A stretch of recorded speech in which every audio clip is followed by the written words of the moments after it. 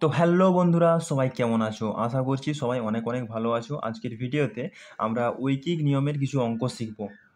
তো চলো, সহজ পদ্ধতিতে কিভাবে শেখা যায় সেটা নিয়ে আমরা বিস্তারিতভাবে এই ভিডিওতে কথা বলবো। দেখো, ১ নম্বর প্রশ্নে বলা হয়েছে, যদি ১ লিটার ভার্নিশের দাম ২৫০ টাকা হয় তবে ৮০ ml ভার্নিশের দাম কত?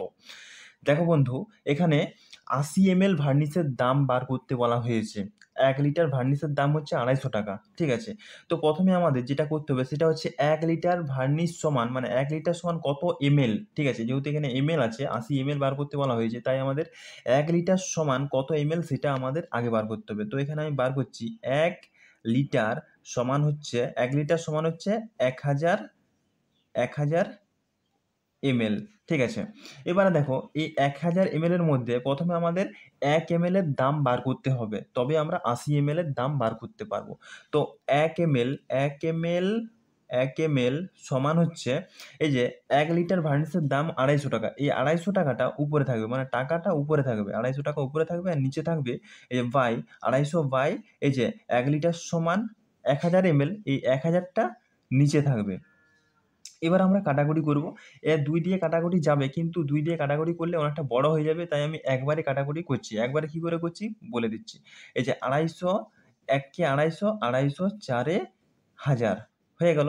তো আমাদের উত্তরটা কত হচ্ছে ১/৪। যদি ১ উপরে থাকে, ঠিক আছে, ১ এর তাহলে ভ্যালু আছে, আর যদি ১ নিচে থাকে তাহলে কোনো ভ্যালু নাই। তাই ১/৪, ১/৪ এর উত্তর হলো, মানে ১ ml এর দাম ১/৪। ১/৪ মানে কত হচ্ছে? ১/৪ মানে হচ্ছে 0.২৫। 0.২৫ হয়ে যা, আর ১/৪ এটাও তা একই। এই ১/৪ এর সাথে আমরা ৮০ ml গুণ করব। ৮০ গুণ করব। গুণ করলে আমাদের এই ৮০ ml এর দাম কত সেটা বেরিয়ে যাবে।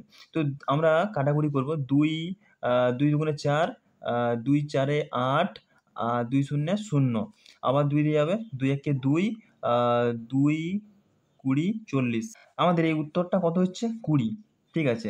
এখানে ১ দিয়ে আমরা ২০ কে গুণ করলে তো ২০ পাবো। তাহলে আমাদের এই যে ৮০ ml এর দাম হচ্ছে ২০ টাকা, ঠিক আছে। খুব সহজেই পেয়ে গেলাম ২০ টাকা। এর পরেরটা বলছে যে ১ ডজন কলার দাম ৭২ টাকা হলে ৪টি কলার দাম কত হবে? তো এখানে আমাদের প্রথমেই জানতে হবে যে ১ ডজন মানে কটা কলা, ঠিক আছে। ১ ডজন আমরা ১ ১ ডজন ১ ডজন সমান হচ্ছে ১২টি কলা, ঠিক আছে। এবার আমরা প্রথমে আমাদের একটি কলার দাম বার করতে হবে, তারপর আমরা ৪টি কলার দাম বার করতে পারবো। তো একটি কলার দাম, একটি একটি কলার দাম একটি কলার দাম সমান হচ্ছে, এই যে ১ ডজন কলা মানে হচ্ছে ১২টি কলার দাম হচ্ছে ৭২ টাকা। এই ৭২টা উপরে থাকবে, মানে ৭২ টাকাটা উপরে থাকবে, আর নিচে হচ্ছে তোমার ওই ১২, ঠিক আছে। মানে ১২টি কলা নিচে থাকবে। তো এবার আমরা কাটাকুটি করব। ১২ কি ১২, ১২ দুগুণে ২৪, ৩ ১২ ৩৬, ৪ ১২ ৪৮, ৫ ১২ ৬০, ৬ ১২ ৭২, মানে ১২ ৬ ৭২ সমান কত হচ্ছে ৬। নিচে ১ আছে। তো ১ দিয়ে ৬ কে যদি আমি ভাগ করি ৬ই হবে, তাই ৬, ঠিক আছে। মানে একটি কলার দাম ৬ টাকা। এবার এই ৬ এর সাথে আমরা ৪ গুণ করব। ৬ এর সাথে যদি ৪ গুণ করি তাহলে কত হবে? ৪ ছক ২৪, মানে ৪টি কলার দাম আমাদের ২৪ টাকা, ঠিক আছে।